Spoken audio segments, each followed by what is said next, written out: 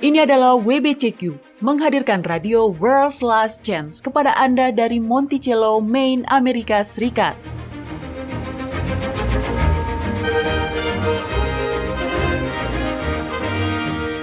Kerinduan hati dari setiap orang Kristen selama 2000 tahun adalah melihat Sang Juru Selamat kembali dan mendirikan sebuah kerajaan kekal di atas bumi.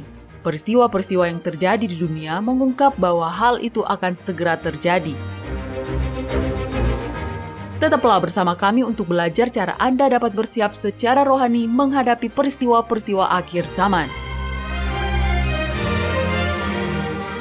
Radio WLC mempersiapkan orang untuk hidup dalam kerajaan Yahwa di bumi yang akan ditegakkan saat Kristus kembali. Halo dan selamat bergabung di Radio WLC. Saya pembawa acara Anda, Mario Nugraha, dan hari ini Doni Alexander akan mengungkapkan beberapa kebenaran baru yang mengejutkan dari Kitab Roma tentang sifat alamiah Kristus. Ini adalah sebuah diskusi penting yang tidak boleh Anda lewatkan karena kami akan membahas dasar dari rencana keselamatan. Sama seperti kebanyakan orang Kristen, kami dulu percaya bahwa Yahusua sepenuhnya manusia dan sepenuhnya ilahi dan dilahirkan dengan sifat alamiah Adam setelah kejatuhan. Setelah banyak mempelajari dengan cermat, membandingkan ayat dengan ayat di dalam Alkitab, kami sekarang meyakini bahwa Sang Juru Selamat dilahirkan dengan sifat alamiah Adam sebelum kejatuhan. Dan alasan dibalik perihal ini juga sama pentingnya. Jadi, para pendengar, tetaplah bersama kami. Mari dengarkan dengan pikiran terbuka dan mari kita lihat apa yang dikatakan kitab suci tentang sifat alamiah Yahusua. Doni? Ya, baik Mario. Ini adalah sebuah topik yang sedikit sensitif. Saya senang Anda menyampaikan bahwa kita perlu mendengarkan dengan pikiran terbuka. Itu sangat penting setiap kali kita mendengar gagasan-gagasan yang baru. Sangat mudah untuk jatuh ke dalam perangkap di mana kita hanya ingin mendengarkan khotbah dan program yang hanya memperkuat apa yang sudah kita percayai. Tetapi apa gunanya belajar Alkitab jika hanya itu yang Anda lakukan? Ya, kita perlu menjadi seperti orang-orang Berea yang mempelajari kitab suci secara pribadi untuk diri kita sendiri. Bukan hanya langsung menolak sesuatu karena hal tersebut tidak sesuai dengan apa yang sudah kita yakini. Meskipun jika saya jujur, saya sendiri pernah berpikiran seperti itu, yang hanya mau mendengarkan para pendeta atau pelayan yang menegaskan apa yang sudah kita yakini dan menolak mereka yang berbeda pendapat. Ya, saya tahu. Saya juga pernah berada dalam fase itu. Masalahnya adalah lebih mudah untuk mencela orang lain yang tidak sejalan dengan Anda ketimbang dengan jujur mendengarkan apa yang mereka katakan dan mempelajarinya sendiri secara pribadi. Nah, dibutuhkan waktu dan usaha untuk menjadi orang-orang Berea. Tetapi itulah yang harus kita semua lakukan. Dengan pemahaman ini, saya sadar bahwa ada beberapa topik tertentu yang akan membuat orang-orang lebih defensif atau bertahan jika dibandingkan dengan topik-topik yang lain. Misalnya, ini seperti India dengan sapi suci mereka. Maksud Anda apa, Doni? Nah, salah satu hal yang cenderung membingungkan orang asing di India adalah terkait bagaimana cara sapi di sana disakralkan. Orang Hindu sebenarnya tidak menyembah sapi, tetapi mereka menganggapnya suci. Jadi alih-alih mengurungnya di ladang, mereka mengizinkan sapi-sapi itu berkeliaran. Dan jika sapi-sapi itu memutuskan untuk berbaring dan mengunyah makanannya di tengah jalan, maka sapi-sapi itu tidak akan diusir. Ya, saya pernah mendengar beberapa cerita lucu terkait hal ini, Doni. Sapi disucikan di sana. Nah, saya jadi teringat dengan idiom bahasa Inggris yang terjemahan langsungnya adalah jangan menyentuh sapi suci. Jangan menyentuh sesuatu yang tabu. Itu artinya. Ya, benar. Dan kekristenan memiliki sapi sucinya sendiri. Sesuatu yang tabu untuk dibahas atau dipertanyakan, Mario. Tapi sekarang saya akan lebih memilih menggunakan kata tabu. Karena sapi suci akan terdengar seperti menghujat. Salah satu hal tabu dalam kekristenan adalah Yahusua. Ya, saya paham. Tetapi pikirkanlah, ada orang-orang yang saat kaget tidak akan pernah meneriakan Yesus Kristus. Masih akan tetap berseru, ya Tuhan. Jadi nama itu dianggap tabu. Nah, tentu saat Anda secara harfiah mempertanyakan atau menantang doktrin apapun, maka Anda akan menemukan beberapa orang yang bersedia untuk melihat apa yang Anda katakan dan mempelajari buktinya. Tidak banyak, tapi akan tetap ada beberapa orang yang bersedia. Betul. Tetapi coba pertanyakan atau tantang pemahaman turun-temurun yang kita sudah miliki tentang siapa Kristus itu dan bagaimana kodrat atau sifat alamiahnya, maka hampir tidak ada orang yang akan membiarkan Anda menunjukkan bukti-bukti yang Anda punya. Mereka akan dengan cepat menutup pembicaraan dengan Anda dan tidak akan mendengarkan apapun lagi yang Anda katakan tentang itu atau apapun. Anda akan ditolak dan dianggap sebagai orang kafir dan murtad. Itu benar. Jadi hal tersebut telah menjadi sapi suci, sudah menjadi tabu. Nah, ketika Anda sudah tidak bisa atau tidak mau membiarkan pikiran Anda mempertimbangkan kemungkinan lain terhadap sesuatu yang sudah Anda pegang teguh, apalagi memeriksa buktinya, Anda sedang membuat sesuatu itu menjadi sapi suci. Anda sudah menutup pikiran Anda. Dan siapa yang diuntungkan? Setan. Ya, benar. Jadi, Seruan saya kepada para pendengar kita hari ini adalah, jadilah orang-orang Berea. Anda tidak perlu takut melihat ide-ide baru. Yahwa akan menjaga pikiran Anda tetap aman saat Anda belajar. Dengarkan apa yang kami sampaikan, lalu pelajarilah sendiri. Bukan tugas saya, bukan tugas Mario untuk meyakinkan Anda. Itu adalah pekerjaan Roh Kudus. Tapi itu tidak bisa dilakukan jika Anda menolak untuk melihat bukti yang disajikan. Ya, berbicara untuk diri saya sendiri, saya tahu bahwa dalam denominasi di mana saya dibesarkan, kami bahkan diajari untuk tidak mempertanyakan. Kami diberitahu bahwa jika kami melakukannya, itu akan membuka pintu bendungan keraguan dan setan akan masuk melanda seperti banjir. Saya agak malu untuk mengakuinya, tetapi barulah setelah saya dewasa, saya menyadari bahwa mengajari pengikut Anda untuk tidak mempertanyakan doktrin adalah salah satu ciri khas dari sebuah sekte. Terlebih lagi, ajaran seperti itu menunjukkan keraguan dalam kemampuan Yahwa untuk menjaga pikiran Anda saat Anda belajar. Dia tidak akan membiarkan iblis menipu Anda di luar kehendak Anda. Itu bukan cara kerjanya. Itu poin yang bagus. Di gereja tempat saya dibesarkan, itulah perasaan yang saya dapatkan, Doni. Jangan bertanya atau iblis akan melanda seperti air bah dan Anda tidak akan pernah bebas darinya. Itu adalah sebuah taktik menakut-nakuti yang terbaik. Dan iblis menang karena orang-orang terlalu takut untuk melakukan studi Alkitab yang benar dan mendalam. Mario dan para pendengar, Anda dapat mempercayai Bapa untuk membuat Anda tetap aman saat Anda belajar. Dan belajar, bukan hanya dengan maksud untuk menegaskan kembali apa yang sudah Anda yakini, tetapi benar-benar mempelajari ide-ide baru. Oke, bagaimana Anda akan tahu apakah sebuah ide baru itu benar atau salah jika Anda menolaknya tanpa memberi kesempatan kepada Roh Kudus untuk meyakinkan pikiran Anda? Dan itu hanya terjadi ketika kita benar-benar memandang sesuatu dengan benar dan seimbang. Jadi, kembali ke pembahasan hari ini. Kita telah membahas dalam episode lain bukti Alkitabiah bahwa Sang Juru Selamat adalah manusia sepenuhnya, bukan 100% ilahi dan 100% manusia. Hanya manusia seutuhnya. Iya, dia adalah anak tunggal Yahwa, tetapi dia sepenuhnya adalah manusia. Dia haruslah manusia seutuhnya karena keilahian tidak dapat mati. Sesederhana itu. Kita akan menyentuh perihal ini lagi nanti. Tetapi untuk saat ini, jika ada dari para pendengar yang sudah melewatkan episode-episode sebelumnya yang mencakup bukti Alkitabiah untuk kemanusiaan penuh dari Yahusua, Anda masih dapat mendengarkannya di situs web kami atau di channel YouTube kami. Ya, saya pikir poin lain yang sudah jelas dalam kitab suci adalah bahwa Yahusua datang untuk menebus umat manusia di tempat di mana Adam telah jatuh. Itulah sebabnya Kristus disebut sebagai Adam kedua. Nah, Adam telah jatuh dari sifat alamiah yang suci yang tidak jatuh, bukan yang sudah jatuh. Itu penekanan yang bagus, Mario. Makhluk suci dapat dicobai. Adam dan Hawa ketika masih menjadi makhluk suci telah dicobai dan akhirnya berdosa. Yahusua juga telah dicobai, namun dia tidak berbuat dosa. Apa yang dikatakan di kitab Yakobus pasal 1 ayat 13 kepada kita, Mario? Apabila seorang dicobai, janganlah dia berkata, pencobaan ini datang dari Yahwa. Karena Yahwa tidak dapat dicobai oleh yang jahat dan dia sendiri tidak mencobai siapapun. Ya, tepat. Hanya Yahwa yang tidak dapat dicobai. Semua manusia bisa. Nah, sekarang apa kaitannya semua ini dengan sifat alamiah Yahusua? Nah, sederhananya begini. Ketika Adam jatuh, dia kehilangan sifat alamiah murni dan suci yang dia miliki saat diciptakan. Dari saat itu sampai selamanya, dia dan semua keturunannya telah jatuh secara kodrat.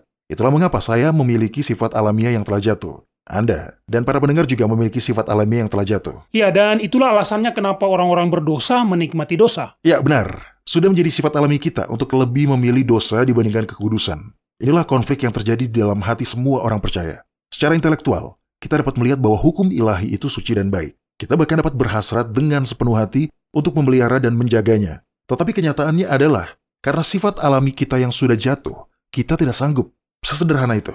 Paulus dengan sangat fasih menggambarkan pergumulan ini dalam kitab Roma pasal 7. Nah, mari kita lihat apa yang dia katakan. Kitab Roma pasal 7 dan tolong bacakan dari ayat 14. Sebab kita tahu bahwa hukum Taurat adalah rohani, tetapi aku bersifat daging, terjual di bawah kuasa dosa. Sebab apa yang aku perbuat, aku tidak tahu. Karena bukan apa yang aku kehendaki yang aku perbuat, tetapi apa yang aku benci. Itulah yang aku perbuat. Jadi, jika aku perbuat apa yang tidak aku kehendaki, aku menyetujui bahwa hukum Taurat itu baik. Kalau demikian, bukan aku lagi yang memperbuatnya, tetapi dosa yang ada di dalam aku. Dia berbicara tentang sifat alamiah yang telah jatuh di sini. Ketika Anda memiliki sifat alamiah yang telah jatuh, Anda akan berdosa. Anda tidak bisa menahannya. Itulah sifat asli Anda, esensi atau inti dari diri Anda. Oke, mari lanjutkan. Sebab aku tahu bahwa di dalam aku, yaitu di dalam aku sebagai manusia, tidak ada sesuatu yang baik. Sebab kehendak memang ada di dalam aku untuk melakukan apa yang baik, tetapi aku tidak mampu melakukannya. Sebab bukan apa yang aku kehendaki, yaitu yang baik, yang aku perbuat, melainkan apa yang tidak aku kehendaki, yaitu yang jahat, yang aku terus perbuat. Jadi jika aku berbuat apa yang tidak aku kehendaki, maka bukan lagi aku yang memperbuatnya, tetapi dosa yang diam di dalam aku. Demikianlah aku dapati hukum ini. Jika aku menghendaki berbuat apa yang baik, yang jahat itu ada padaku.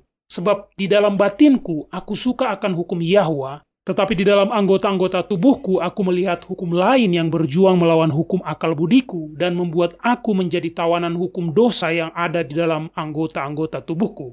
Aku manusia celaka. Siapakah yang akan melepaskan aku dari tubuh maut ini? Syukur kepada Yahwa melalui Yahusua Kristus Tuhan kita. Jadi dengan akal budiku aku akan melayani hukum Yahwa, tetapi dengan tubuh insaniku aku melayani hukum dosa. Perhatikan bahwa Anda tidak dapat memiliki sifat alamiah yang jatuh dan tidak berdosa. Sekalipun saat Anda tidak ingin berbuat dosa, Anda tetap melakukannya selama Anda memiliki sifat alami yang telah jatuh. Ini adalah pergumulan yang dialami setiap orang percaya. Anda tidak memiliki pergumulan ini jika Anda bukan orang percaya, dalam arti bahwa ketika Anda melakukan apa yang dinyatakan sifat alami Anda, tidak ada pertentangan, tidak ada pergumulan. Karena apa yang Anda lakukan itu konsisten atau sejalan dengan apa yang ditentukan oleh sifat alami Anda. Hanya ketika pikiran Anda ingin tunduk pada Yahwa, maka pergumulan itu muncul karena tidak ada cara bagi kita untuk dapat memelihara hukum ilahi secara sempurna, selama kita masih memiliki sifat alamiah yang telah jatuh. Jadi, bagaimana Yahusua melakukannya, Doni? Nah, itu pertanyaannya ya kan? Oke, Paulus telah dengan sangat jelas memaparkan pertentangan antara sifat alamiah yang telah jatuh dengan hati yang ingin menaati Yahwa. Tidak masalah jika Anda mau mematuhi Yahwa. Tidak masalah jika Anda mengucapkan semua kata yang tepat, berdoa dengan semua doa yang benar, dan berserah sepenuhnya kepadanya. Paulus mengatakan bahwa selama Anda memiliki sifat alami yang telah jatuh, Anda akan terus berbuat dosa, karena itulah sifat dasar Anda. Ini adalah siapa Anda.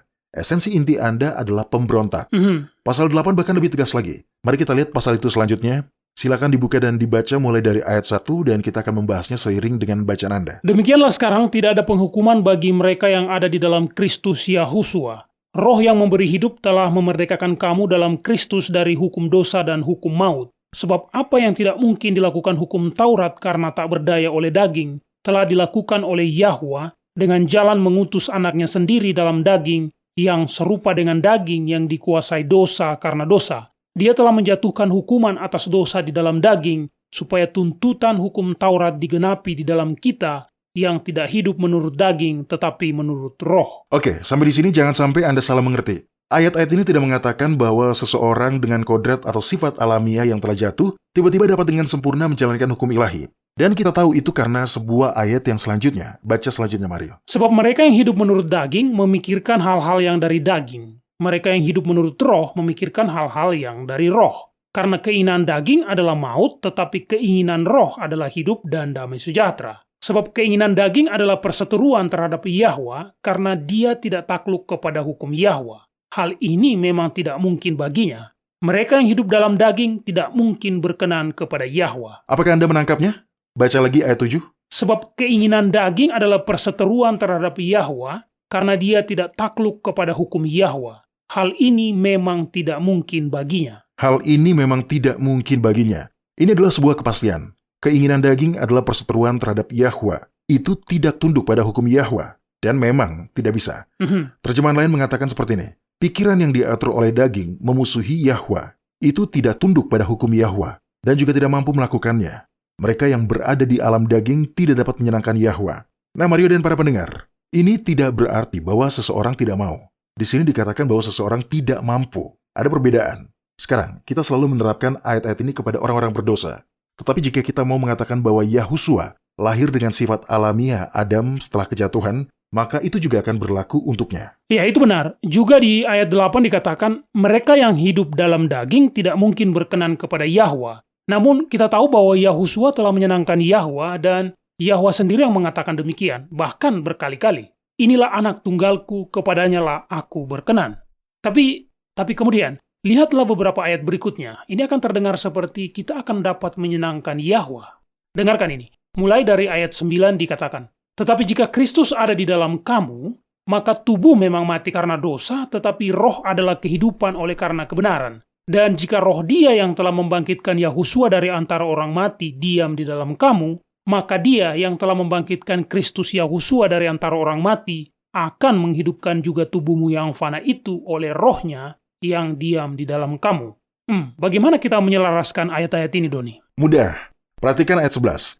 Jika roh Dia yang telah membangkitkan Yahuswa dari antara orang mati diam di dalam kamu, maka Dia yang telah membangkitkan Kristus Yahuswa dari antara orang mati akan menghidupkan juga tubuhmu yang fana itu oleh rohnya yang diam di dalam kamu.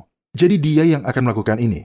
Itu akan terjadi di masa depan. Dia melakukan ini ketika Dia memberi kita sifat alamiah yang lebih tinggi saat Yahuswa kembali nanti. Ingat apa yang sudah Anda baca sebelumnya, Mario? Kita kembali ke pasal 7, mari kita baca dari ayat 12 sampai ayat 16. Jadi hukum Taurat adalah kudus, dan perintah itu juga adalah kudus, benar, dan baik. Jika demikian, adakah yang baik itu menjadi kematian bagiku? Sekali-kali tidak. Tetapi supaya nyata bahwa dia adalah dosa, maka dosa mempergunakan yang baik itu untuk mendatangkan kematian bagiku, supaya oleh perintah itu dosa lebih nyata lagi keadaannya sebagai dosa. Sebab kita tahu bahwa hukum Taurat adalah rohani, tetapi aku bersifat daging, terjual di bawah kuasa dosa. Sebab apa yang aku perbuat, aku tidak tahu. Karena bukan apa yang aku kehendaki yang aku perbuat, tetapi apa yang aku benci, itulah yang aku perbuat. Jadi jika aku perbuat apa yang tidak aku kehendaki, aku menyetujui bahwa hukum Taurat itu baik. Orang berdosa yang tidak bertobat, orang-orang yang berkubang dalam kesenangan dosa, tidak memiliki pergumulan ini. Hanya mereka yang telah merasakan dan melihat bahwa Yahwa itu baik, yang memiliki pergumulan ini. Dan pergumulan ini tidak berhenti begitu saja begitu Anda memberikan hati dan kehendak Anda kepada Yahwa. Justru saat itulah pergumulan itu dimulai. Dan pergumulan itu ada karena pikiran kita sudah diserahkan kepada Yahwa. Tetapi tubuh kita masih tetap menjadi budak dari sifat alamiah kita yang telah jatuh. Iya, dengan penjelasan Anda yang seperti itu, semua ini menjadi masuk akal, Doni. Anda benar, orang berdosa yang tidak pernah bertobat tidak mengalami pergumulan ini, ya kan? Pikiran mereka tidak berjuang melawan kodrat mereka seperti halnya dengan orang-orang yang percaya. Saya sudah mengatakannya sebelumnya dan sekarang saya akan mengatakannya lagi. Jika Yahuswa memiliki sifat alamiah yang telah jatuh, maka dia tidak akan dapat menjalankan hukum ilahi dengan sempurna. Karena kodrat atau sifat alamiah yang telah jatuh tidak tunduk pada hukum Yahwa. Hal ini memang tidak mungkin baginya. Itulah faktanya. Sifat alami yang telah jatuh berseteru dengan hukum Yahwa dan tidak bisa tunduk. Semua keinginan di dunia tidak bisa mewujudkannya. Ini adalah penjelasan yang paling kuat mengapa Yahuswa memiliki sifat alamiah Adam sebelum kejatuhan. Oke, saya ingin kembali ke kitab Roma pasal 8 dan melihat ayat 3 kembali. Ada sesuatu yang sangat penting dalam ayat ini yang telah kita lewatkan. Tolong dibacakan, Mario. Sebab apa yang tidak mungkin dilakukan hukum Taurat karena tak berdaya oleh daging, telah dilakukan oleh Yahwa dengan jalan mengutus anaknya sendiri dalam daging, yang serupa dengan daging yang dikuasai dosa karena dosa. Dia telah menjatuhkan hukuman atas dosa di dalam daging. Jika kita hanya membaca sekilas, maka ayat ini akan menunjukkan bahwa Yahuswa memiliki natur atau sifat alamiah yang telah jatuh sebagaimana yang selalu kita yakini. Lagi pula, Paulus mengatakan bahwa Yahwa mengutus anaknya dalam daging, yang serupa dengan daging yang dikuasai dosa. Ya, begitulah saya selalu mendengarkan ayat ini ditafsirkan, Doni. Baiklah, tapi jika itu yang Paulus maksudkan, mengapa dia tidak langsung saja mengatakannya? Dia pasti memiliki kosakata untuk melakukannya. Ya, dia bisa saja berkata, sebab apa yang tidak mungkin dilakukan hukum Taurat karena tak berdaya oleh daging, telah dilakukan oleh Yahwa, dengan jalan mengutus anaknya sendiri dalam daging yang berdosa. Tapi bukan itu yang dia katakan. Sebaliknya, dia berkata dalam daging, yang serupa dengan daging yang dikuasai dosa. Apa pentingnya, Doni? Saya tidak melihat apa perbedaannya. Apa Anda yakin tidak sedang membesar-besarkan masalah di sini? Nah, kata itu yang diterjemahkan ke dalam bahasa Indonesia sebagai serupa berasal dari kata Yunani homoioma yang bernomor 3667 di Kamus Alkitab Strong. Saya telah membawa salinan kamusnya, Mario. Jadi silakan tolong baca definisinya yang ada di kertas ini. Itu akan menjawab pertanyaan Anda barusan. Baiklah, mari kita lihat. Katanya, penekanan utama dari kata ini adalah pada kesamaan lahiria dengan tidak mempertimbangkan tentang realitas batinia. Kemiripan ini adalah sebuah kebetulan, sama seperti dua buah telur, dan bukan sebuah kemiripan turunan seperti sebuah patung yang menyerupai modelnya. Kata kuncinya adalah mirip, dalam tampilan tanpa mempertimbangkan esensinya. Kata ini menunjukkan sesuatu yang dibuat seperti sesuatu, kemiripan. Jadi saya tidak sedang membesar-besarkannya ketika saya mengatakan bahwa kalimat dalam daging yang serupa dengan daging yang berdosa memiliki arti yang sangat berbeda dari kalimat dalam daging yang berdosa. Jika Paulus meyakini bahwa Yahuswa memiliki natur atau sifat alamiah Adam setelah kejatuhan, maka dia tidak mungkin menulis kitab Roma pasal 7 dan pasal 8. Dan dia pasti tidak akan mengatakan bahwa Yahwa mengutus anaknya sendiri dalam keserupaan dengan daging yang dikuasai dosa. Kata itu sendiri, homoioma, bertentangan dengan gagasan bahwa Yahuswa memang dalam esensinya memiliki natur atau sifat alamiah yang telah jatuh, sama dengan yang kita semua miliki. Wow, ini benar-benar sebuah pencerahan bagi saya, Doni. Sungguh menakjubkan apa yang dapat kita pelajari ketika kita mulai mencari makna dari kata-kata yang ada di dalam Alkitab. Oke, kita akan jeda sejenak, dan ketika kita kembali, dapatkah Anda menjelaskan dengan tepat bagaimana bentuk dari sifat alami dosa itu, dan mungkin Anda juga dapat menjelaskan lebih lanjut mengapa tidak mungkin bagi Yahuswa untuk memilikinya. Oke, dengan senang hati Mario. Baiklah, para pendengar, kami akan segera kembali.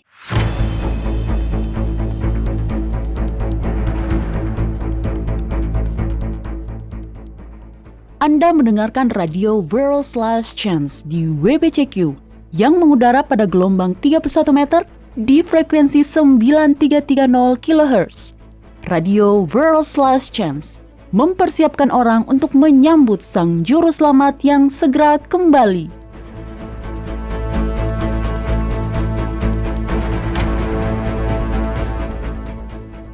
Kesalahan tidak memiliki logika kebenaran. Faktanya, kesalahan akan selalu bergantung pada asumsi tertentu. Jika Anda percaya bahwa Yahuswa memiliki praeksistensi sebelum kelahirannya, maka sebuah artikel baru di web worldslastchance.com mengungkap beberapa pertanyaan yang harus dipertimbangkan oleh setiap pencari kebenaran yang tulus. Cari dan bacalah artikel yang berjudul Pertanyaan-pertanyaan tentang praeksistensi. Sekali lagi, artikel itu berjudul Pertanyaan-pertanyaan tentang praeksistensi di worldslastchance.com. Bahkan jika Anda sendiri sudah yakin, artikel ini adalah sumber yang bagus ketika Anda berbagi dengan orang lain tentang sifat alamiah sejati dari Kristus. Cari dan bacalah hari ini, karena kebenaran selalu logis.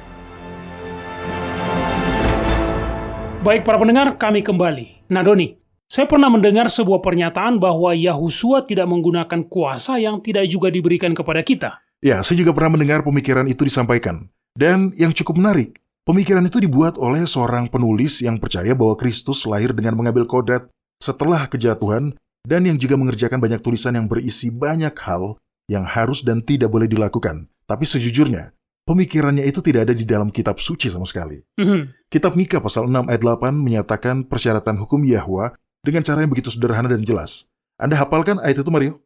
Iya. Hai manusia, telah diberitahukan kepadamu apa yang baik, dan apakah yang dituntut Yahwa daripadamu selain berlaku adil, mencintai kesetiaan, dan hidup dengan rendah hati di hadapan Elohimmu. Di situ tidak ada dikatakan tentang memulai sabat 30 menit lebih awal, atau jangan makan kayu manis, atau saya tidak tahu, berpakaian hanya dengan cara tertentu, atau hanya menggunakan satu terjemahan tertentu dari kitab suci. Ayat ini juga memperhitungkan fakta bahwa kita memiliki kodrat atau sifat alami yang telah jatuh. Tetapi jika dengan senang hati kita mau berlaku adil, mencintai kesetiaan, dan hidup dengan rendah hati di hadapan Yahwa, maka Dia akan menerima itu sebagai pelayanan tertinggi kita. Saya suka itu. Dia tidak akan mengharapkan hal-hal yang mustahil. Dia tahu kita hanyalah debu. Ya, tentu saja. Apakah orang tua yang penuh kasih menuntut hal-hal yang mustahil dari anak-anak mereka? Tentu tidak, jika mereka adalah orang tua yang baik, Doni. Ya, benar. Baiklah, sekarang mari kita berbicara tentang apa tepatnya yang merupakan natur atau sifat alamiah yang telah jatuh itu. Dan saat kita membahas ini, saya pikir akan menjadi jelas mengapa tidak mungkin bagi Yahuswa untuk memiliki sifat alamiah yang telah jatuh dan masih menjadi juru selamat kita. Baiklah. Sifat alamiah yang telah jatuh yang ada pada kita adalah sesuatu yang membuat kita semua berdosa. Itulah yang menyebabkan kita berbuat dosa, bahkan ketika kita tidak menginginkannya. Itu sebabnya, pada intinya, kita semua memberontak terhadap hukum ilahi. Ketika kita mengatakan bahwa kita memiliki kodrat atau sifat alamiah yang telah jatuh, yang kita bicarakan adalah kecenderungan alami untuk berbuat dosa yang kita semua miliki. Dosa itu menarik bagi kita, bukan menjijikkan. Jika kita diberi pilihan, hati alami kita akan selalu memilih untuk menuruti kepentingan diri kita sendiri daripada menuruti hukum ilahi. Itulah yang secara alami cenderung kita lakukan karena sifat alami kita yang telah jatuh. Tolong buka kitab Yeremia pasal 17 dan bacakan ayat 9 untuk kita, Mario. Oke. Alkitab tidak berbasa-basi dalam memberitahu kita betapa tidak tersembuhkannya kodrat yang telah jatuh ini. Silakan. Di sini dikatakan, betapa liciknya hati, lebih licik daripada segala sesuatu. Hatinya tidak bisa tersembuhkan. Siapa yang dapat mengetahuinya? Iya, itu cukup suram, Doni. Tidak ada obat untuk sifat alamiah yang telah jatuh. Ini yang belum kita pahami. Kita telah berasumsi bahwa ketika hati menerima Yahuswa dengan iman, kita seharusnya tiba-tiba tidak berdosa. Tetapi kitab Roma mengungkapkan bahwa bahkan dengan penyerahan penuh, kita masih memiliki kodrat atau sifat alamiah yang telah jatuh. Itu sebabnya dia berseru, "Aku ini manusia celaka. Siapa yang akan membebaskan aku dari tubuh maut ini? Jadi dengan kata lain, agar kita berhenti berbuat dosa, kita membutuhkan transplantasi hati secara menyeluruh, lengkap, dan total. Dan itu tidak akan terjadi sampai Sang Juru Selamat kembali nanti, dan orang-orang benar yang telah mati dibangkitkan dan yang masih hidup akan diubahkan dalam sekejap mata. Oke, bagaimana dengan kitab Galatia pasal 2 di mana Paulus berkata, "Namun aku hidup, tetapi bukan lagi aku sendiri yang hidup, melainkan Kristus yang hidup di dalam aku. Dan hidupku yang kuhidupi sekarang di dalam daging adalah hidup oleh iman dalam anak Yahwa yang telah mengasihi aku dan menyerahkan dirinya untuk aku." Ya, tentu itu benar. Tapi meskipun begitu, itu tidak berarti bahwa kita dapat hidup tanpa dosa ketika kita masih memiliki natur yang telah jatuh. Ingat kitab Roma pasal 8 ayat 7 mengatakan, "Sebab keinginan daging adalah perseteruan terhadap Yahwa, karena ia tidak takluk kepada hukum Yahwa. Hal ini memang tidak mungkin baginya." Nah, Mario dan para pendengar, ini adalah sesuatu yang mutlak. Tidak ada ruang gerak di sana. Tetapi fakta bahwa bahkan dengan kodrat kita yang telah jatuh, kita masih dapat menginginkan kesalehan, kita masih dapat berhasrat untuk menjadi sama seperti Kristus, kita masih dapat berhasrat untuk hidup sesuai dengan hukum Yahwa. Itu semua adalah hasil dari karya kasih karunia di dalam hati. Ingatlah bahwa Yahwa tidak akan pernah memaksakan kehendak kita. Jika Paulus dalam kitab Galatia pasal 2 memiliki natur atau sifat alami yang tidak jatuh, maka dia tidak akan memerlukan untuk mati setiap hari. Dia akan dengan mudah dan secara alami mematuhi hukum Yahwa, karena itu akan menjadi sifat alamiahnya. Jadi fakta bahwa dia masih memiliki sifat alamiah yang telah jatuh, yang mengharuskan dia untuk membuat sebuah pilihan dan pilihan sehari-harinya adalah berserah pada kehendak Ilahi, untuk mati setiap hari dan hidup oleh iman dalam anak Yahwa. Oke, itu masuk akal. Jika dia pada dasarnya tidak berdosa, jika ketika dia menerima Yahusua sebagai Tuhan dan Juru Selamatnya, dia sudah menerima kodrat tanpa dosa, maka dia tidak perlu hidup oleh iman, ya kan? Karena baginya itu sudah akan menjadi sesuatu yang alami. Ya, benar. Anda sudah mengerti. Nah, saya jadi teringat dengan sebuah dongeng tentang seekor kalajengking yang melihat seekor katak di tepi sungai. Si kalajengking berkata, "Hei, maukah Anda memberi saya tumpangan menyeberangi sungai ini?" Si katak tanpa berpikir langsung menolak dengan berkata, "Jika saya mengizinkan Anda naik ke punggung saya, Anda akan menyengat saya dan saya akan tenggelam. Cari saja cara lain untuk menyeberang." Tapi si kalajengking itu tidak menyerah. Dia mencela kekhawatiran si katak dan berkata, "Mengapa saya harus menyengatmu? Jika saya melakukannya, saya juga akan tenggelam. Saya hanya ingin menyeberang. Jika saya membunuhmu, saya tidak akan berhasil menyeberang." Si katak itu pun berpikir dan sepertinya itu kedengarannya logis baginya. Iya, katakan selalu berpikiran pendek ya. Jangan begitu, Doni. Ini hanya sebuah dongeng. Jadi, begitulah. Si kalajengking pun merangkak naik ke punggung si katak dan mereka mulai menyeberangi sungai itu. Di tengah perjalanan, saya yakin, si kalajengking menyengat katak itu. Katak itu kaget. "Kenapa kamu menyengat saya?" Dia bertanya. "Sekarang kita berdua akan mati. Saya tidak bisa menahannya," kata si kalajengking. "Begitulah sifat alamiku." Ilustrasi yang luar biasa, Mario. Meskipun itu berarti kematian bagi si kalajengking itu sendiri. Dia tidak bisa menahan diri. Menyengat adalah sifat alamiahnya. Jadi itulah yang dia lakukan. Manusia pun begitu. Manusia berdosa terus-menerus. Itulah sifat alami kita. Kita tidak bisa menjadi apa-apa selain berdosa selama kita masih memiliki sifat ini. Mari kita lihat lagi kitab Roma pasal 8. Tolong dibaca mulai dari ayat 1 dan baca sampai di ayat 4. "Demikianlah sekarang tidak ada penghukuman bagi mereka yang ada di dalam Kristus Yahusua. Roh yang memberi hidup telah memerdekakan kamu dalam Kristus dari hukum dosa dan hukum maut. Sebab apa yang tidak mungkin dilakukan hukum Taurat karena tak berdaya oleh daging, telah dilakukan oleh Yahwa dengan jalan mengutus anaknya sendiri dalam daging yang serupa dengan daging yang dikuasai dosa karena dosa. Dia telah menjatuhkan hukuman atas dosa di dalam daging, supaya tuntutan hukum Taurat digenapi di dalam kita yang tidak hidup menurut daging, tetapi menurut roh." Sekarang, saya perlu memperjelas di sini. Hukum dosa dan hukum maut yang disebutkan dalam ayat 2 bukanlah 10 perintah atau hukum Taurat atau perintah khusus lainnya dalam kitab hukum Musa. Ini berbicara secara lebih luas tentang hukum yang mengatakan, sebagaimana dicatat dalam kitab Yehezkiel pasal 18 ayat 4, bahwa jiwa yang berbuat dosa akan mati. Oke, atau seperti yang dikatakan Paulus dalam kitab Roma pasal 6 ayat 23, upah dosa adalah maut. Ya, benar. Itu adalah hukum yang luas dan menyeluruh yang dimaksud Paulus ketika dia mengatakan hukum dosa dan hukum maut. Hukum ini mencakup semuanya dan bukan hanya beberapa peraturan tunggal. Sekarang ingat, seperti yang telah kita sudah bahas sebelumnya, bahwa kata serupa tidak berarti bahwa Yahusua memiliki daging yang berdosa. Itu berbicara tentang kesamaan tampilan luar, bukan esensinya yang sama. Mengapa? Karena sifat alami yang telah jatuh tidak dapat disembuhkan. Sifat ini tidak bisa tunduk pada hukum Yahwa. Itulah yang dikatakan dalam 3 ayat yang lainnya. Yang dibicarakan di sini adalah mereka yang menanggapi dorongan roh Yahwa. Mereka berjalan menurut roh. Mereka masih bisa tersandung dan jatuh. Tetapi mereka menginginkan kebenaran dan kekudusan. Mereka rindu untuk diubah menjadi gambar ilahi. Dan alasan mengapa ini perlu, seluruh alasan mengapa Yahwa harus mengutus anaknya dalam daging yang serupa dengan daging yang berdosa dijelaskan dalam ayat 3. Tolong dibacakan kembali, Mario. Sebab apa yang tidak mungkin dilakukan hukum Taurat karena tak berdaya oleh daging, telah dilakukan oleh Yahwa dengan jalan mengutus anaknya sendiri dalam daging, yang serupa dengan daging yang dikuasai dosa karena dosa. Hukum Taurat itu sendiri tidak bisa melakukannya. Paulus mengulangi ini berulang-ulang. Hukum Taurat itu sendiri tidak dapat mengubah kodrat atau sifat alamiah kita. Hukum ini hanya bisa menunjukkan kepada kita di area mana kita telah gagal. Ya, itu adalah penuntun kita. Betul sekali. Oke, tolong buka kitab Kolose pasal 3 ayat 5. Di sini, Paulus menuliskan sebuah daftar yang berisi dosa-dosa, dan perhatikan bahwa semua dosa-dosa ini adalah hasil dari sifat alamiah kita yang telah jatuh. Paulus menyebutnya sifat duniawi kita, tetapi maknanya tentu sama. Karena itu matikanlah dalam dirimu segala sesuatu yang duniawi, yaitu percabulan, kenajisan, hawa nafsu, nafsu jahat, dan juga keserakahan yang sama dengan penyembahan berhala. Alkitab berusaha berulang kali untuk menjelaskan betapa rusaknya kodrat kita yang telah jatuh. Kitab Roma pasal 6 ayat 6 berbicara tentang tubuh dosa yang harus dihancurkan. Sekali lagi, tidak ada obatnya, tidak bisa disembuhkan. Tubuh dosa ini harus dibuat ulang sepenuhnya. Dengarkan ini, saya buka dulu. Ini dari kitab Yehezkiel pasal 36 ayat 26 dan 27. Ayat-ayat ini menyebut sifat alamiah kita yang telah jatuh sebagai hati yang keras.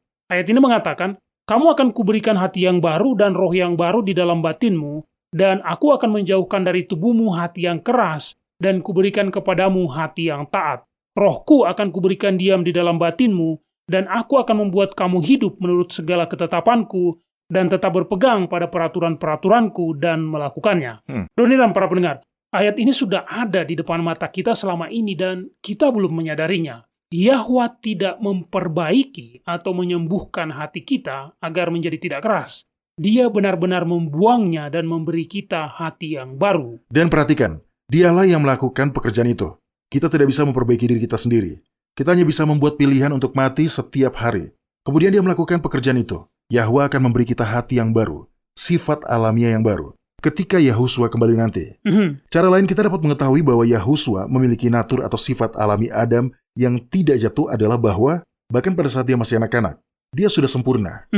Lukas mengatakan tentang masa kanak-kanak Kristus dengan mengatakan bahwa dia makin bertambah besar dan bertambah hikmatnya dan besarnya, dan makin dikasihi oleh Yahwa dan manusia. Sekarang bandingkan dia dengan kita semua. Apa yang kitab Mazmur pasal 51 ayat 7 katakan tentang bayi yang dilahirkan dengan kodrat berdosa? Kitab Mazmur pasal 51 ayat 7. Sesungguhnya dalam kesalahan aku diperanakan, dalam dosa aku dikandung ibuku. Ayat 6 mengatakan, sesungguhnya engkau berkenan akan kebenaran dari dalam kandungan. Nah sekarang, bagaimana mungkin kita dapat setia kepada Yahwa jika kita dilahirkan dengan atau dikandung dengan kodrat atau sifat alamiah yang telah jatuh? Tidak bisa. Iya, tidak. Kitab Mazmur pasal 58 ayat 4, Mario. Tolong dibacakan ayatnya. Sejak lahir orang-orang fasik telah menyimpang, sejak dari kandungan pendusta-pendusta telah sesat. Ini adalah akibat dari memiliki sifat alamiah yang telah jatuh. Bahkan anak-anak pun tidak dikecualikan karena tidak ada obat untuk sifat yang telah jatuh. Sifat ini harus benar-benar ditukar dengan sifat baru yang berbeda. Anda tidak perlu mengajar seorang anak untuk berbuat dosa. Mereka sudah mengetahui caranya dari sejak lahir. Ya, itu benar. Bayi bahkan bisa menangis karena marah, dan balita bisa berbohong. Adalah tugas orang tua untuk mengajari mereka dalam kebenaran. Mereka tidak dilahirkan mengetahui hal itu. Satu-satunya anak yang pernah lahir yang mengetahui kebenaran adalah Yahusua. Karena dialah satu-satunya yang pernah lahir dengan sifat yang tidak pernah jatuh. Oke, bagaimana dia dilahirkan seperti itu, Doni? Maksud saya, mengapa sifat alamiah yang telah jatuh dari Maria tidak diturunkan padanya? Saya tidak tahu. Saya tidak memiliki semua jawaban untuk semua jenis pertanyaan. Saya tidak tahu bagaimana nafas Yahwa, Roh Kudus, bisa membuahi sel telur di dalam rahim Maria sehingga dia bisa dikandung. Tapi kita tahu itu sudah terjadi. Anda bisa dengan mudah bertanya kepada mereka yang percaya bahwa dia memiliki sifat alamiah yang telah jatuh, bagaimana dia mampu memelihara hukum Taurat ketika kitab suci mengatakan bahwa hati atau pikiran duniawi, sifat alamiah manusia, bermusuhan dengan hukum Taurat, di mana keilahian berakhir dan kemanusiaan dimulai. Jika dia mengesampingkan keilahiannya untuk mati, apakah bagian dari dirinya itu tetap sadar? Tapi jika memang seperti itu, menurut definisi, itu sebenarnya bukan kematian, ya kan? Iya, dan tidak memiliki semua jawaban tidak berarti bahwa sudah pasti ada sesuatu yang salah. Kita akan terus memiliki pertanyaan sampai kita dapat bertemu dan bertanya langsung kepada Bapa. Salah satu penyebabnya juga adalah karena di titik ini, pikiran kita belum mampu untuk memahami segalanya. Iya, itu juga. Tapi berdasarkan bukti-bukti yang ada, Yahuswa dilahirkan dengan sifat alami yang tidak pernah jatuh. Saya yakin itu. Sekarang mari kita bicara tentang godaan. Dicobai tidak sama dengan berbuat dosa. Terkadang orang merasa bersalah karena telah dicobai. Tetapi dicobai bukanlah dosa. Kristus juga telah dicobai. Mario tolong buka dan baca kitab Ibrani pasal 4 ayat 14 dan 15. Oke. Ini adalah ayat-ayat yang penting karena telah menerangkan dengan sangat jelas bahwa Yahuswa memang telah dicobai. Kitab Ibrani pasal 4 ayat 14 dan 15. Karena kita sekarang mempunyai imam besar agung yang telah melintasi semua langit, yaitu Yahuswa, anak Yahwa. Baiklah kita teguh berpegang pada pengakuan iman kita. Sebab imam besar yang kita punya bukanlah imam besar yang tidak dapat turut merasakan kelemahan-kelemahan kita. Sebaliknya, sama dengan kita, dia telah dicobai, hanya tidak berbuat dosa. Yahuswa tidak perlu memiliki sifat alamiah yang telah jatuh untuk dapat dicobai dalam segala hal sama seperti kita. Ya, saya kira itu benar. Adam memiliki sifat yang murni, natur yang belum jatuh. Ketika dia dicobai pada satu hal yang juga kita miliki. Nafsu makan. Ya, tentu Anda bisa mengatakan bahwa baik Adam maupun Hawa telah dicobai dalam segala hal sama seperti kita. Seperti nafsu daging, nafsu mata, dan kesombongan hidup. Tapi itu adalah studi lain yang bisa kita bahas di waktu berbeda. Dan terlepas dari itu semua, intinya adalah bahwa makhluk suci dapat dicobai. Adam dan Hawa telah dicobai dan jatuh. Beberapa malaikat telah dicobai dan jatuh. Tetapi malaikat lainnya tetap setia kepada Yahwa ketika dicobai. Pencobaan tidak memerlukan sifat alamiah yang telah jatuh. Dan itu juga bukan dosa. Oke Mario, tolong beralih sekarang ke pasal pertama dari kitab Yakobus. Ada bagian yang menarik di sini yang dapat menjelaskan masalah ini. Yakobus, salah satu dari surat-surat kecil yang susah ditemukan. Iya, tepat setelah kitab Ibrani. Itu membantu Doni. Oke, kitab Yakobus pasal 1. Ayat yang mana? Ayat 12-15. Baiklah, di sini dikatakan, berbahagialah orang yang bertahan dalam pencobaan, sebab apabila dia sudah tahan uji, dia akan menerima mahkota kehidupan yang dijanjikan Yahwa kepada barang siapa yang mengasihi dia. Apabila seorang dicobai, janganlah dia berkata, pencobaan ini datang dari Yahwa, sebab Yahwa tidak dapat dicobai oleh yang jahat dan dia sendiri tidak mencobai siapapun. Tetapi tiap-tiap orang dicobai oleh keinginannya sendiri, karena dia diseret dan dipikat olehnya. Dan apabila keinginan itu telah dibuahi, dia melahirkan dosa, dan apabila dosa itu sudah matang, dia melahirkan maut. Jadi, sekali lagi, hanya Yahwa yang tidak bisa dicobai. Pencobaan bukanlah dosa dan bukan hasil dari sifat alamiah yang telah jatuh. Dosa terjadi ketika kita memutuskan bahwa kita ingin menuruti dosa apapun yang disajikan, yang menggoda kepada kita. Karena kita memiliki kodrat atau sifat alamiah yang telah jatuh. Maka dengan sendirinya, ketika sebuah pencobaan muncul, pencobaan itu akan mengaktifkan dosa yang ada di dalam sebagai responnya. Ya, saya ingat pernah membaca, godaan tidak mengalami perlawanan di dalam diri yang rusak dan manusia pun jatuh. Itu cara yang baik untuk mengatakannya. Kita menerima dosa karena itulah yang kita mau. Itu yang kita inginkan. Itulah yang konsisten dengan sifat alamiah kita yang telah jatuh. Sebaliknya, ketika Yahuswa dicobai, tidak ada apapun di dalam dirinya untuk menanggapi godaan itu. Dia tahu kehendak Yahwa dan apapun yang menyimpang dari itu tidak menarik baginya karena kehendaknya. Sifatnya selaras dengan kehendak Yahwa. Begitulah cara dia menang di tempat di mana Adam telah jatuh. Adam memilih untuk menempatkan kesenangan istrinya di atas ketaatannya pada Sang Penciptanya. Dan karena itu dia berdosa. Adam dicobai. Dan pilihannya lah yang membuat dia berdosa. Karena dia belum memiliki sifat alamiah yang jatuh. Ketika Yahuswa dicobai, dia secara konsisten memilih untuk tetap patuh pada kehendak Yahwa. Oke, saya punya satu pertanyaan, Doni. Ya, silakan Mario. Kembali ke kitab Ibrani pasal 4, di mana dikatakan bahwa Yahuswa telah dicobai di dalam segala hal sama seperti kita, namun tidak berdosa. Saya selalu menganggap pernyataan itu berarti bahwa Sang Juru Selamat telah dicobai, tetapi dia tidak menyerah pada godaan dan dosa. Sebelum saya memahami hal ini, saya juga selalu menafsirkannya seperti itu. Dan tafsiran itu adalah salah satu tafsiran dari pernyataan tersebut. Dan itu adalah tafsiran yang akurat.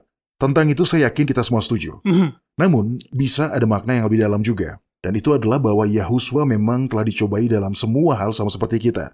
Tetapi ketika dia dicobai, dia tidak memiliki dosa di dalam dirinya yang merespon pencobaan itu. Dengan kata lain, dengan natur atau sifat alamiah yang tidak jatuh, tidak ada apapun di dalam dirinya yang menanggapi penarikan dosa. Ya, dia dicobai, namun tidak berdosa. Saya suka bagaimana Anda mengatakannya sebelumnya bahwa kitab Roma pasal 8 adalah mutlak. Saya tidak pernah berpikir seperti itu, Tapi saya bisa mengerti maksud Anda, Doni. Ini memang mutlak. Anda tidak dapat memiliki sifat yang jatuh dan tunduk pada hukum Yahwa karena keinginan daging adalah perseteruan terhadap Yahwa. Karena dia tidak takluk kepada hukum Yahwa. Hal ini memang tidak mungkin baginya. Mereka yang hidup dalam daging tidak mungkin berkenan kepada Yahwa. Jadi, bahkan Yahusua sekalipun tidak akan sanggup tunduk pada hukum Yahwa dengan sifat yang telah jatuh. Karena hal itu memang tidak mungkin. Ketidakmungkinan untuk menyenangkan Yahwa dan tunduk pada hukum ilahi ketika memiliki natur yang telah jatuh. Dengan alasan ini saja, sudah berarti bahwa Yahusua tidak mungkin memiliki natur yang sudah jatuh. Sesederhana itu. Jadi, jika dia dicobai dalam segala hal sama seperti kita namun tidak berdosa, itu berarti tidak ada apapun di dalam dirinya yang menanggapi bujukan iblis. Dan itu hanya bisa terjadi jika dia memiliki sifat alamiah yang tidak pernah jatuh. Baiklah, mari kita bicara sekarang tentang alasannya. Mengapa semua ini penting? Atau jangan-jangan kita mungkin telah terjebak dalam hal-hal kecil di sini, Doni? Ya, saya kira tidak demikian. Masalah ini sangat penting dan itu ada hubungannya dengan teknis keselamatan kita. Pemahaman turun-temurun yang kita miliki adalah bahwa tidak ada makhluk yang pernah bisa dihukum mati ketika dia memiliki kodrat atau sifat alami yang tidak jatuh. Dan inilah tepatnya yang menjadi alasan mengapa kematian Yahusua begitu mengejutkan bagi alam semesta yang sedang menyaksikannya. Dia tidak perlu mati, seperti yang didefinisikan oleh hukum ilahi itu sendiri. Dia bisa hidup selamanya. Dia memenuhi peraturan hukum yaitu ketaatan, dan itulah tepatnya mengapa dia bisa menjadi juru selamat kita. Buka kitab Yohanes pasal 10, Yahusua sendiri menjelaskan hal ini, Yohanes pasal 10 ayat 17 dan 18. Bapa mengasihi aku oleh karena aku memberikan nyawaku untuk menerimanya kembali. Tidak seorang pun mengambilnya daripadaku, melainkan aku memberikannya menurut kehendakku sendiri. Aku berkuasa memberikannya dan berkuasa mengambilnya kembali. Inilah tugas yang kuterima dari Bapakku. Pengorbanan Yahusua sepenuhnya bersifat sukarela. Dia menebus umat manusia tepat di tempat Adam telah jatuh, yang menahan godaan dengan sifat alamiah yang tidak jatuh. Dia tidak harus mati, tetapi dia memilih untuk mati demi menyelamatkan kita. Itu kasih yang luar biasa. Ya, sekali lagi, inilah tepatnya mengapa pengorbanan itu begitu besar. Tidak ada makhluk suci yang pernah mati sebelumnya. Inilah juga yang menjadi alasan mengapa pengorbanan jenis ini haruslah merupakan sebuah pengorbanan sukarela. Dia dengan sukarela menyerahkan nyawanya. Buka kitab 2 Korintus pasal 5, bagian ini berbicara tentang proses hukum dari keselamatan itu. Kitab 2 Korintus pasal 5, dan tolong baca mulai dari ayat 18. Dan semuanya ini dari Yahwa yang dengan perantaraan Kristus telah mendamaikan kita dengan dirinya. Sebab Yahwa mendamaikan dunia dengan dirinya oleh Kristus dengan tidak memperhitungkan pelanggaran mereka. Dia telah mempercayakan berita pendamaian itu kepada kami. Yahwa telah membuat dia yang tidak mengenal dosa menjadi dosa karena kita, supaya dalam dia kita dibenarkan oleh Yahwa. Ini adalah transaksi yang membayar keselamatan kita. Dan menurut kitab Roma pasal 8, itu tidak akan mungkin bisa jika Yahusua memiliki natur atau sifat alamiah yang telah jatuh, Doni. Bukan hanya kitab Roma pasal 8, secara teknis, secara hukum, dia tidak mungkin terkontaminasi dengan sifat alamiah yang telah jatuh. Karena dengan demikian dia tidak akan sempurna. Karena begitulah persyaratan dari semua korban persembahan. Harus sempurna. Baca kitab Keluaran pasal 12 ayat 5 untuk kita, Mario. Ayat ini menjelaskan bahwa setiap pengorbanan harus benar-benar sempurna. Hewan yang memiliki cacat atau apapun tidak diterima. Silakan, apa yang dikatakan di situ? Hewan itu harus jantan, tidak bercelah, berumur setahun. Kamu boleh ambil domba atau kambing. Para imam benar-benar akan memeriksa hewan-hewan itu.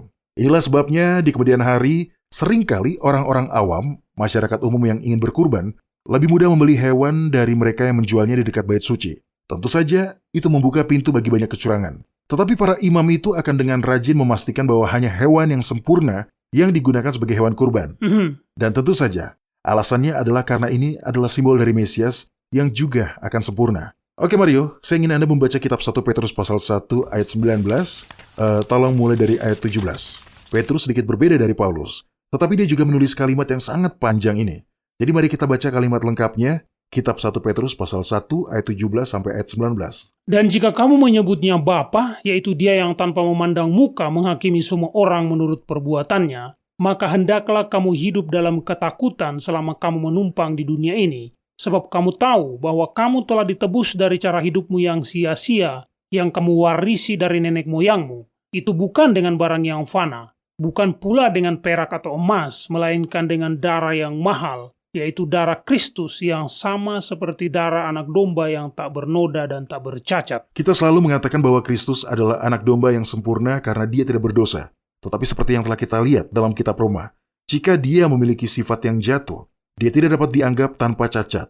Karena mengapa? Keinginan daging adalah Karena keinginan daging adalah perseteruan terhadap Yahwa, karena dia tidak takluk kepada hukum Yahwa. Hal ini memang tidak mungkin baginya. Anda tidak dapat memiliki sifat alami yang telah jatuh dan tidak memiliki perseteruan terhadap Yahwa.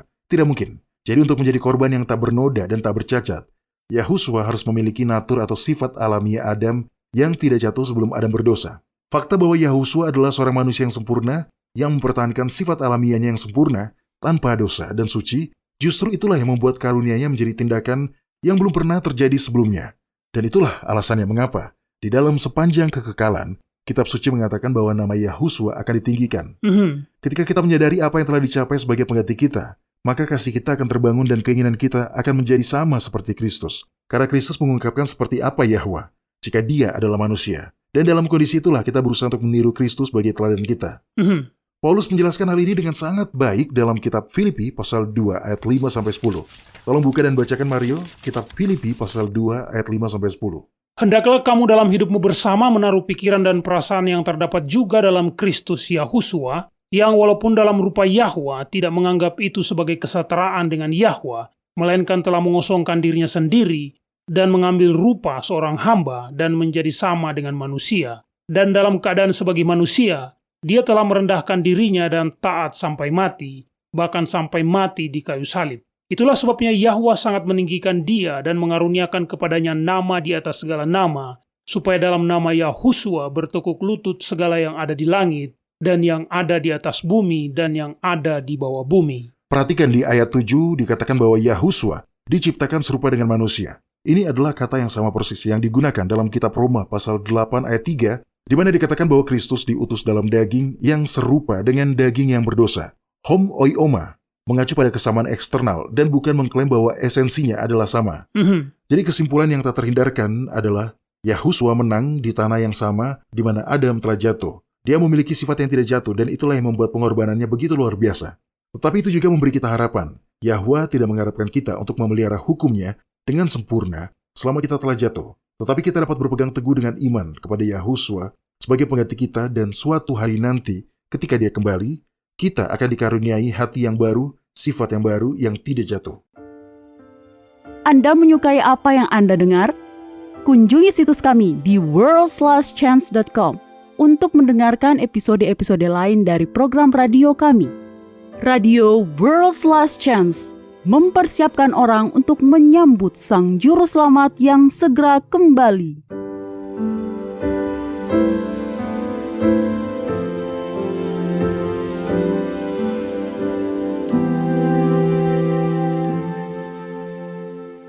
Halo, ini adalah janji harian Anda dari firman Yahwa. Ada satu janji yang menurut saya menarik. Janji ini ditemukan dalam kitab Keluaran pasal 14 ayat 14. Ini bukan janji yang sering kita kutip, tetapi janji ini sama kuatnya. Bangsa Israel baru saja melarikan diri dari Mesir dan orang-orang Mesir telah menjebak mereka di sebelah Laut Merah.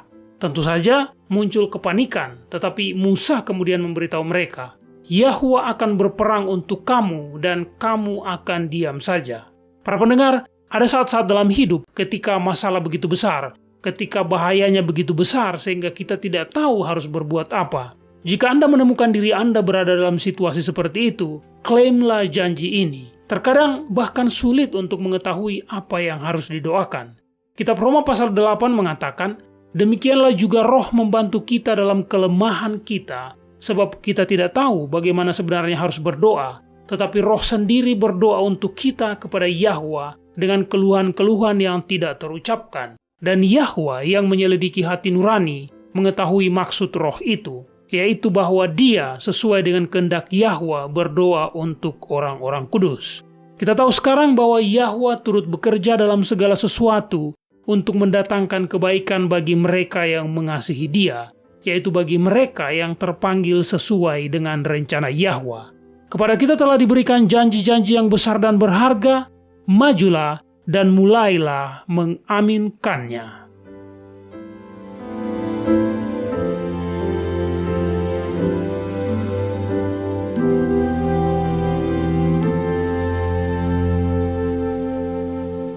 Satu hal yang tidak kita bahas dalam diskusi kita sebelumnya yang sebenarnya ingin saya bicarakan selama beberapa menit adalah perbandingan dari buah-buah yang dihasilkan dari berbagai ajaran tentang sifat alamiah Kristus.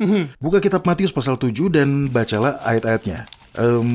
Di ayat 16 sampai ayat 20, Mario. Silakan jika Anda sudah mendapatkannya. Dari buahnya lah kamu akan mengenal mereka. Dapatkah orang memetik buah anggur dari semak duri atau buah ara dari rumput duri? Demikianlah setiap pohon yang baik menghasilkan buah yang baik. Sedang pohon yang tidak baik menghasilkan buah yang tidak baik. Tidak mungkin pohon yang baik itu menghasilkan buah yang tidak baik, ataupun pohon yang tidak baik itu menghasilkan buah yang baik.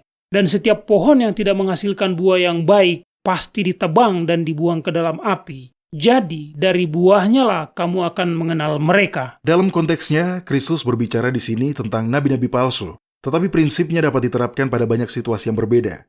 Jadi apa buah-buah dari ajaran bahwa Yahusua dilahirkan dengan sifat Adam setelah kejatuhan?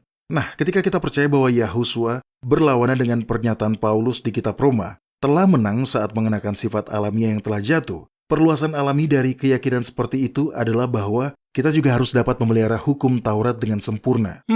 Saya tidak pernah benar-benar menganalisisnya sebelumnya, tetapi Anda benar, Doni.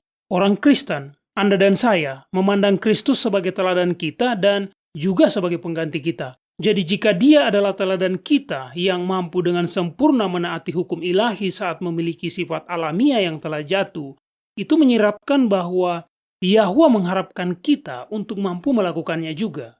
Tentu saja jika kita cukup berserah. Ya, tentu. Itulah kesimpulan logis untuk ditarik.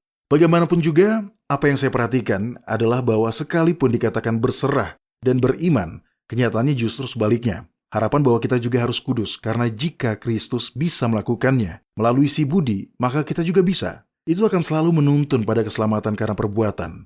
Walaupun halus, sangat halus, tapi itu ada. Dan semakin kita berusaha mati-matian untuk menjadi sempurna, dan semakin kita bekerja untuk hal itu, semakin berat beban kita. Ya, itu sangat halus, ya kan? Saya tidak berpikir ada orang yang berasumsi bahwa mereka dapat melakukan hukum Taurat dengan kekuatan mereka sendiri.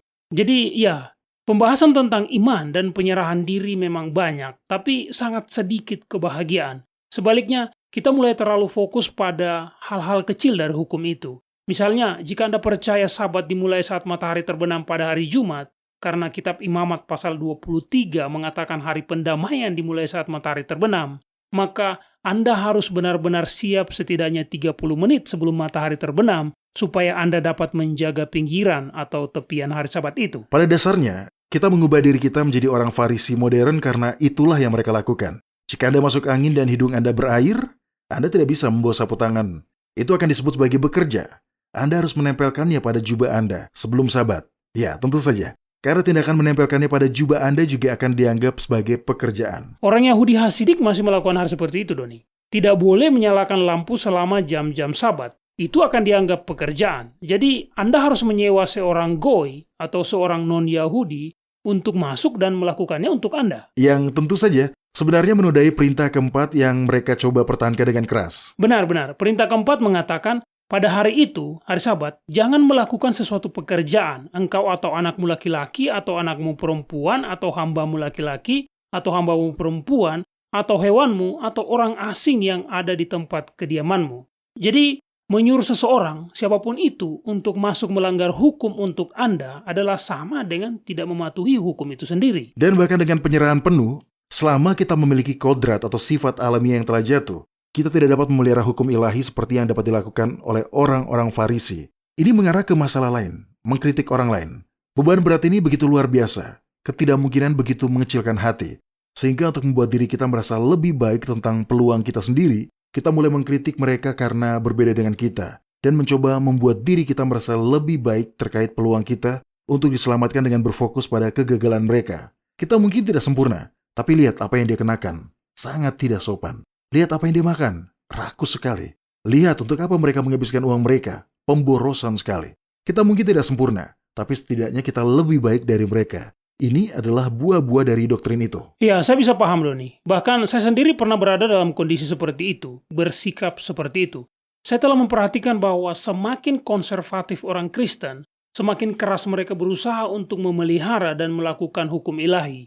Sayangnya, mereka sering menjadi semakin legalistik dan kritis terhadap orang lain. Dan yang benar-benar menyedihkan adalah mereka sering tidak menyadari bahwa mereka telah jatuh ke dalam perangkap ini, tetapi mencari-cari kesalahan orang lain selalu bergandengan tangan dengan legalisme. Itu benar, memang seperti itu. Inilah sebabnya mengapa gereja-gereja yang paling konservatif penuh dengan orang-orang Kristen yang tidak bahagia, yang terus-menerus mencari-cari kesalahan pada rekan-rekan seiman, mengarang aturan Farisi dan menghakimi orang lain karena tidak mematuhi aturan buatan manusia tersebut. Itu karena mereka berusaha melakukan apa yang dikatakan kitab suci tidak mungkin untuk dilakukan. Keselarasan yang sempurna dengan hukum Yahwa sambil masih memiliki sifat alamiah yang telah jatuh. Doktrin ini mengubah orang Kristen menjadi orang Farisi. Sebaliknya, buah-buah dari doktrin bahwa Kristus benar-benar menang di tempat di mana Adam telah jatuh adalah buah yang berupa iman dan sukacita dan ucapan syukur.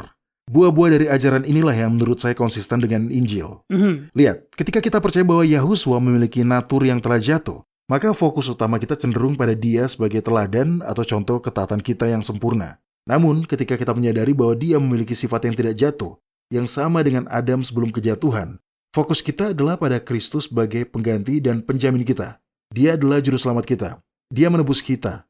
Hal ini memiliki buah tersendiri, yaitu peningkatan keimanan, ketaatan, kasih, dan rasa syukur.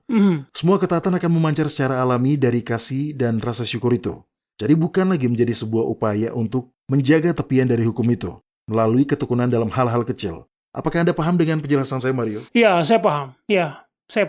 Saya tidak pernah berpikir seperti itu sebelumnya, tetapi saya benar-benar dapat memahami apa yang Anda katakan dan perbedaan yang dihasilkan dalam kehidupan karena perbedaan fokus itu luar biasa. Ya, bagus. Saya ingin mengklarifikasi bahwa bahkan dengan sifat yang murni, Yahuswa masih menjadi teladan kita. Dia tidak harus memiliki sifat alami yang telah jatuh untuk menjadi teladan kita.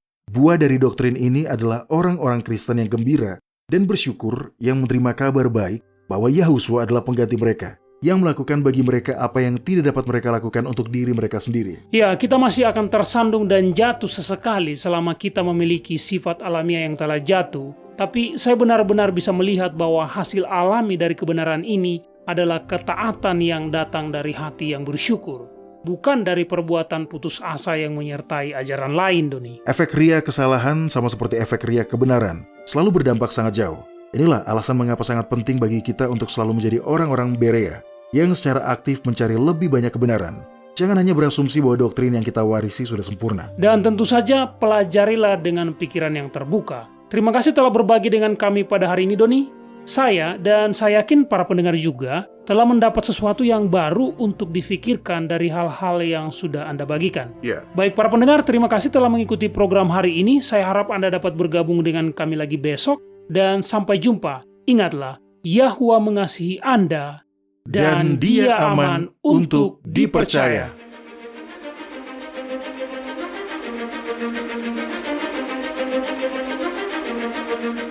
Anda baru saja mendengarkan radio WLC.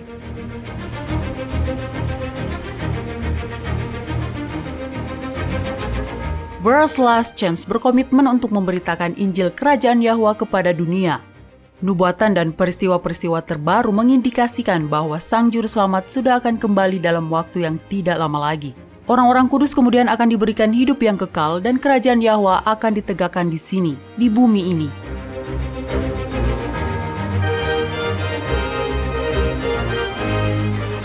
Tidak ada waktu yang bisa disia-siakan. Terimalah anugerah keselamatan hari ini dan izinkan Yahwa menyelimuti Anda dengan kebenaran Kristus.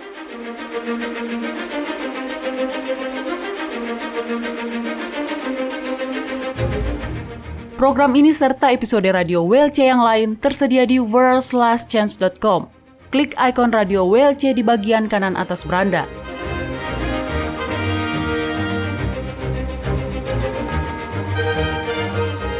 Bergabunglah kembali bersama kami besok untuk menerima berbagai pesan kebenaran lain di WBCQ yang mengudara pada gelombang 31 meter di frekuensi 9330 kHz.